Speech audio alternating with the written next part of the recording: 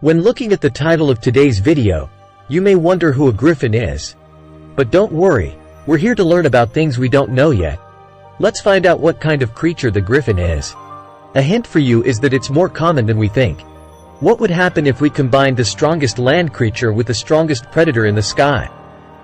With that combination, we have the griffin, a creature with the upper body of an eagle and the lower body of a lion. The griffin has been around since before humans invented writing. And has appeared in many cultures such as ancient Egypt, Assyria, India, Babylon, Persia, and Greece. The lion is the king of the jungle, while the eagle is the king of the sky. So it's no surprise that the griffin is often seen as a symbol of rulers. With its powerful image, the griffin is also a symbol of royalty and a companion to gods. The greatness and omnipotence of the griffin are revered in every ancient civilization.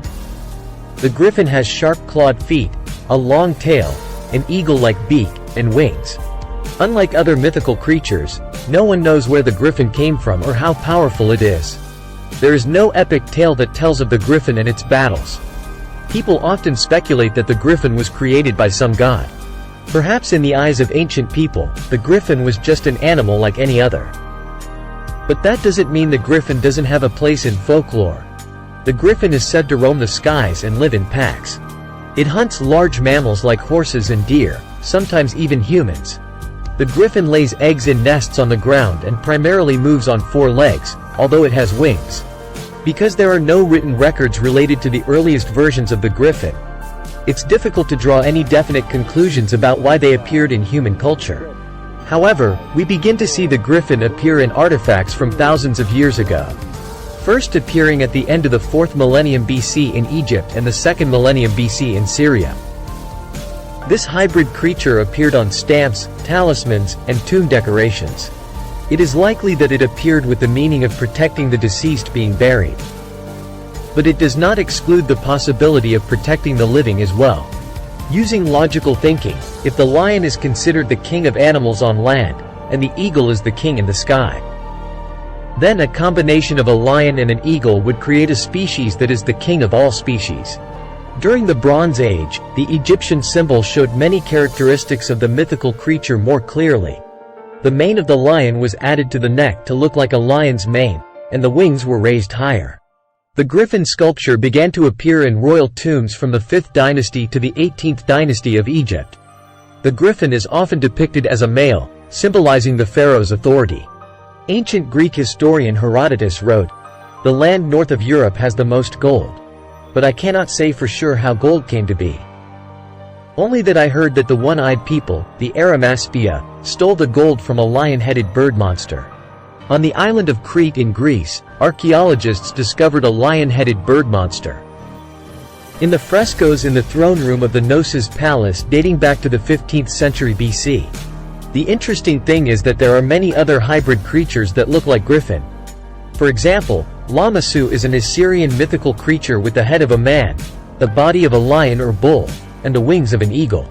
Or Garuda is a half-human, half-bird creature that Vishnu rides. Perhaps the ancients liked to combine the good qualities of 2 or more creatures into a meaningful symbol.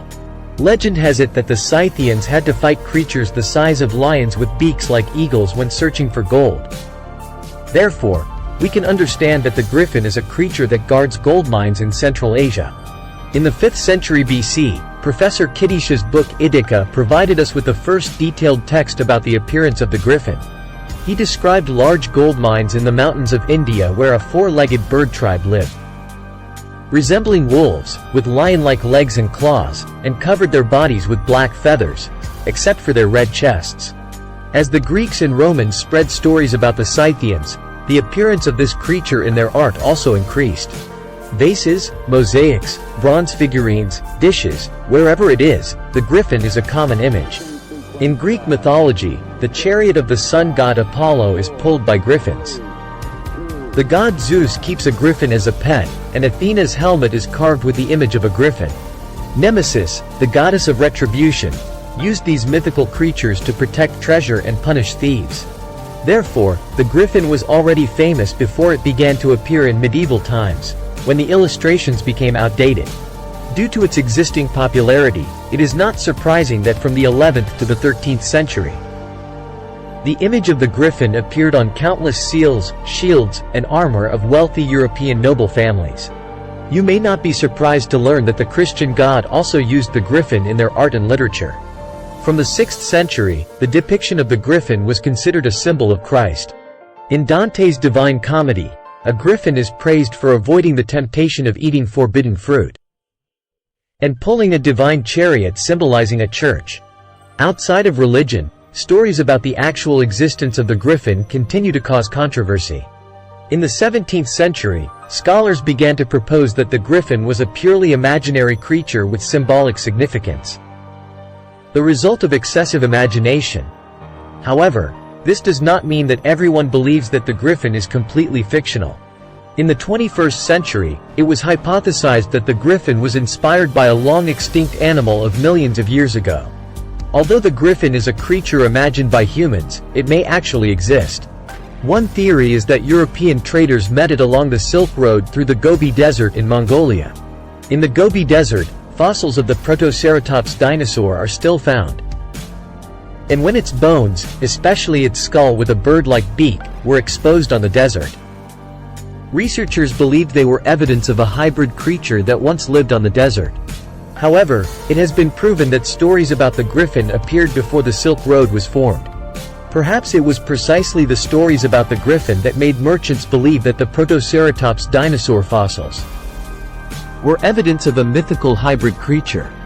Regardless of its origin, the griffin has been a part of human culture for a very long time and continues to exist to this day, being used as a symbol for schools, mascots, and appearing in popular literature. Perhaps the griffin and other mythical hybrid creatures will continue to exist in human imagination in the future.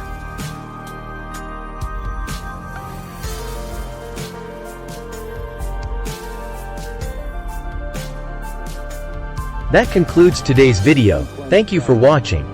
Please subscribe to the channel to support me. Goodbye and see you in the next video.